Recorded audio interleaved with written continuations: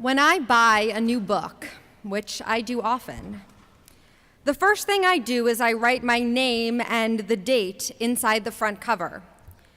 The first is so that when I inevitably loan it to someone else, they will remember who to return it to. And the second, so I will remember when I first read it. This may sound silly, like a simple habit, but it has become a practice, almost like journaling, a marker to remember what I was reading and why. The year before I was born, a Boston area rabbi wrote a beautiful book in response to the unfathomable, the death of his 14-year-old son from an incurable genetic disease. At the time, it remained on the New York Times bestseller list for many months. And even all these years later, it has gone on to sell millions of copies. On its 20th anniversary, Harold Kushner wrote a new introduction for and re-released his magnum opus entitled, When Bad Things Happen to Good People. The date inside my first copy of Kushner's book is September 2001. It was a recommendation by my college's student life department as a resource for those struggling with the events of our world during that fateful fall. In the years since, I think that I've owned probably a dozen copies of it. For though I try to keep one on my shelf, they always seem to be finding their ways into the hands of other people who are looking for an answer to that age-old question. The brilliance of the book, the irony, lies in its title. I would be so comforted if it was called Why Bad Things Happen to Good People, for that is what so many of us want to know. This question is the essence of theodicy, the theological conundrum of why evil exists. Why, if God is good and loving to all people in the world, why is there so much suffering and pain? Why is there disease without cure? Why do natural disasters happen with such force? Why do people hurt each other? And why do some people seem to be dealt hand after hand of the most difficult cards? But the book's title makes an interesting distinction. We cannot know why, so we should start with when. The space between why and when is where we live in this world, in the uncomfortable and unsettling reality that nothing is promised, everything is temporary, and life can change on a dime. The central liturgy of our season you heard sung so beautifully this morning reminds us in the starkest of manners of our liminal state each day. We read, "Let us proclaim the sacred power of this day. It is awesome and full of dread." We ask ourselves these questions, for on Rosh Hashanah it is written, and Yom Kippur it is sealed. How many shall pass on, and how many shall come to be? Who shall live, and who shall die? Who shall see ripe age, and who shall not? Who by fire, and who by water? Who shall be secure, and who driven? Who tranquil, and who troubled? Who poor, and who rich? Who shall be humbled, and who exalted? The rabbis of old knew that they could not answer these questions of why or if these things will happen. They knew then, and we know now. We have to live in the when, and yes, the how. How it is that we live in the unknown. How it is that we might survive and even thrive in the face of what we cannot control. It is human nature to spend more time consumed with everything beyond our reach. But today, on this day of Yom Kippur, a day when we have the opportunity to think about the year that has passed and the ways in which we can affect all we can control, how we might channel resilience in the face of uncertainty. Earlier this spring, I eagerly awaited the publication of Facebook COO Sheryl Sandberg's second book. Part memoir, part motivational guide, Option B chronicles the first year after the sudden death of her 47-year-old husband, Dave Goldberg, in May of 2015. After digesting the unexpected and heartbreaking news, Sandberg asked her friend, the researcher Adam Grant, for scientific proof that she and her children would be okay. And he produced the data. You see, we human beings are hardwired for both connection and grief. We naturally have the tools to recover from loss and trauma. While grief is something unavoidable, resilience is something regenerative, something that she and her children, and we, can cultivate and strengthen. Instead of viewing resilience as a zero-sum game, Grant suggested that she see resilience as the strength and speed of our response to adversity. You see, it's not about having a backbone. It's about strengthening the muscles around that backbone. If you've ever experienced soreness, muscle soreness after you've exercised, then you know that the way we become stronger is by first experiencing a tear. And what better time of year to think about tearing and strengthening? The High Holy Days are not only a time of reflection, but also an opportunity to strengthen our spiritual muscles in order to face the challenges that undoubtedly await us in the coming year.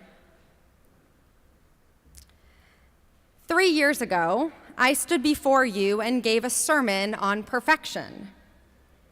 At that time in my life, I mostly lived in an option A kind of world. Most of what I had dreamt for myself was coming to fruition. Of course, I had challenge, I had stress, but it was typical, nothing out of the ordinary. And I was newly engaged. I am then, and I am now, still a recovering perfectionist. So much of me wants to live up to an unreasonable and impossible standard of achievement and success. You see, in my mind, perfectionists don't fail. They don't fail big, and they certainly don't fail so publicly. But this has been a year of option B for me too. I didn't plan or expect to be standing before you this year, 35 years old and divorced. In many ways, resilience, grit, perseverance, they've all become buzzwords, a way in which we explain how it is that we survived something difficult. From the Latin to jump again, resilience has become the much anticipated byproduct, what it is that we want to gain from what we have lost. But let's not get confused. Resilience is not merely pushing through or keeping our chin up. Resilience begins first with accepting what it is that we cannot control, and then being in the painful and messy middle, where everything hurts, nothing makes sense, and there is no light at the end of the tunnel. In her book, Rising Strong, Brené Brown suggests that we love recovery stories to move quickly through the dark so that we can get to the sweeping, redemptive ending. But this lack of honest accounts of overcoming adversity has created a gilded age of failure. To strip failure of its real emotional consequences is to scrub the concepts of grit and resilience, of the very qualities that make them both so important: toughness, doggedness, and perseverance. None of us like to be in the dark. We want to be already through the tunnel and into the light of hindsight and emotional emancipation. But we gain more when we let ourselves be vulnerable, to feel our feelings, to be present in that darkness. You see, vulnerability is not the same as weakness. In fact, it is the greatest measure of our courage, of having the courage to persist and persevere even when it feels impossible. A story goes that a young woman went to visit her grandmother in need of advice. She sat at her kitchen table, her head in her hands, telling her grandmother everything that was going on in her life, how very difficult everything was, how she didn't know how she would continue on. Her grandmother did not respond, rather put 3 pots of water to boil on a stove. When they came to a boil, she put carrots in the first pot and eggs in the second pot and ground coffee into the third. They sat in silence for 20 minutes as the pots boiled. Then she turned them off and put the carrots in one bowl, the eggs in the second bowl, and she poured the coffee into 2 mugs, one of which she handed to her granddaughter. The woman looked at the 3 bowls, the mug. She said, "Grandma, what's the point of all of this?" And her grandma softly smiled and said, "You know, each of these foods faced adversity, boiling water, but each reacted differently. The carrots went in strong and firm, hard and relenting, but they ultimately became weak. The eggs had been fragile, but through the adversity had become hardened on the inside. But the coffee was unique. Instead of only being changed by the water, it became part of it. So which are you, my dear? When adversity knocks on your door, how do you respond?" Now, the end of this story usually goes something like this. It's bad to be carrots, it's bad to be eggs, be the coffee. But I think that that is too simple of a reading for a day like this. You see, sometimes we have to be the carrots, and sometimes we really need to be the eggs. Sometimes we need to be hard to survive what it is that we are going through. Other times we need to be the carrots, soft enough to fall apart. And yes, we should be like the coffee, to find a way to integrate adversity into our lives so it becomes part of us. You see, the word integrate, it actually comes from the same place as the word shalom in Hebrew, meaning wholeness. Counterintuitive as it may feel, when we integrate and internalize our adversity, it is possible to once again feel wholeness, even when so much has been broken. Perhaps no other story in our tradition better illustrates this integration than in next week's special Torah reading for Sukkot. In Exodus, we read that Moses smashes the 2 tablets of the law after he saw that the Israelites had built the golden calf. One might expect a vengeful and punishing God to enact a swift and mighty penalty for this destruction of their covenant. But God is compassionate and understanding, and bestows Moses and the people with a second set of tablets. But the caveat is that both sets have to remain in the Ark of the Covenant for all time. This ark, containing both the whole tablets along with the broken shards, is a metaphor for individual life and reflects our deep human truth. Every one of us carries broken pieces along with the whole in their own ark. The broken pieces cannot be left behind, thrown out, or forgotten. They are part of who we are, and they go where we go. But the difference between people who can go on and those who can't is the ability to keep each in its place. You see, people who fall by the wayside are those who are so busy with the broken pieces that they are constantly being re-wounded by the sharp edges.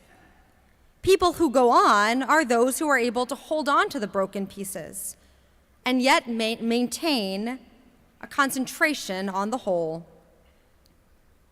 We all know that the broken pieces never lose their power to bruise, sometimes at the oddest and least expected times, but they do not have the power to deny or overshadow the existence of the whole. So too our Jewish people, our ancestors got to the other side of the golden calf. They were able to repair the ruptured relationships, but what had happened could never have been undone or forgotten. And they, and us now, carry the broken pieces of the first set of tablets into their lives and into ours. My copy of option B has the date April 2017 written inside the front cover. I wrote it as I sat inside the 92nd Street Y in New York to see Sheryl Sandberg be interviewed by Katie Couric. Now, the event was exactly what I expected it to be: intense and powerful, not a dry eye in the house. But the moment that I took with me had nothing to do with her book. In an offhanded comment, Sandberg briefly referred to her first husband and what she had learned from her year-long first marriage at age 24. Standing on the corner outside the building after leaving the event, I Googled Sheryl Sandberg divorce. You see, this small piece of biographical information was a game changer for me. Although I had accepted it intellectually, I realized just how much I had been holding on to my own feelings of shame about my own short marriage and divorce.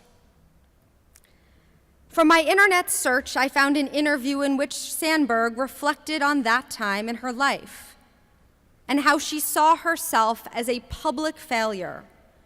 For years after, she felt solely defined by that one detail. But in the 10 years between her two marriages, she had come to worry less about what others thought and to lean into her own sense of inner resilience. Suddenly, Sandberg wasn't only a professional role model for me. She became my permission slip to own and to share my own story.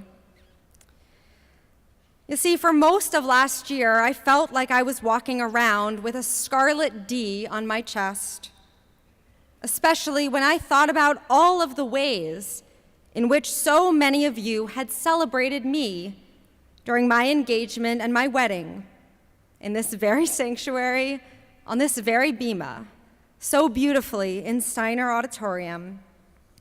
For months, my face hurt from my constant smile.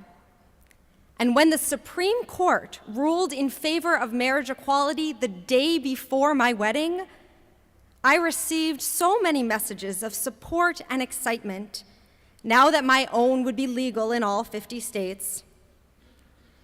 Like Sandberg, I worried that I let everyone down and that my perceived failure would define me, both as a person and as a rabbi. But slowly, and with the support of my TBJ family, I began to emerge from my cocoon of embarrassment and fear. I took off my wedding ring, and I started coming out. Again, this time sharing a different kind of truth. I started writing about my experience and received only notes of encouragement and care. Some of you shared that you too were married, perhaps for a short time. Others of you shared that you were currently in the process of separation. And so many of you hugged me just a little bit tighter in the oneg after services. You see, every one of us lives in a version of option B. There is a gap between our best-made plans and our reality. Or as the Yiddish adage goes, man tracht und Gott lacht. We can plan and we do, but ultimately it's not always up to us. Option B is a recalibration of our expectations, an unexpected diagnosis, the death of a loved one, the loss of relationship, difficulty in becoming parents, professional setbacks, personal disappointment, a variation on the way we thought everything was going to happen. It would feel trite to say that resilience is the gift we receive from living with uncertainty. But I believe that the real lesson is in how we survive, how it becomes part of our story, how the shards of our broken hearts don't puncture the arc of our souls, how it is that we keep walking through the tunnel even when it feels so dark, too dark to see, how it is that when bad things happen to good people, we find it inside ourselves to jump again, and how we can be vulnerable enough to sometimes be the carrots and sometimes the eggs, and to reach out when we need that cup of coffee with someone who we love. You see, long before words like resilience and grit were trendy, we were a people defined by our survival. We didn't only make it through 40 years of wandering in the desert or 400 years of Egyptian slavery. No, we have been surviving for 4,000 years. We are the descendants of those for whom resilience is in their DNA, those who lived through pogroms and ghettos, the Crusades and the concentration camps, anti-Semitism in every land and every age, and yet we ensure that our tradition and our people, and we will endure. We believe it so strongly that each week we pass down our sacred story into the arms of a young person who we entrust as the newest link in our chain, and we pass on some of that resilience to them too. We are people who take our simchas really, really seriously, always finding a reason to say l'chaim, even when life is so uncertain. You see, we are a people of optimism, a people of hope, and we are the people of the book. Today, in these hours, the ultimate and the eternal book is open to us, the book of life, in which we ask God to inscribe and seal us for a good year. Each of us has the opportunity in the space to write our names and this date, September 2017, Tishrei 5778, inside its front cover, because we deserve that, each and every one of us. And we pray, dear God, that this will be for us and for people everywhere. Yes, a year of vulnerability and a year we strengthen our resilience. But most of all, dear God, we pray that this will be a year of peace. Shana Tova.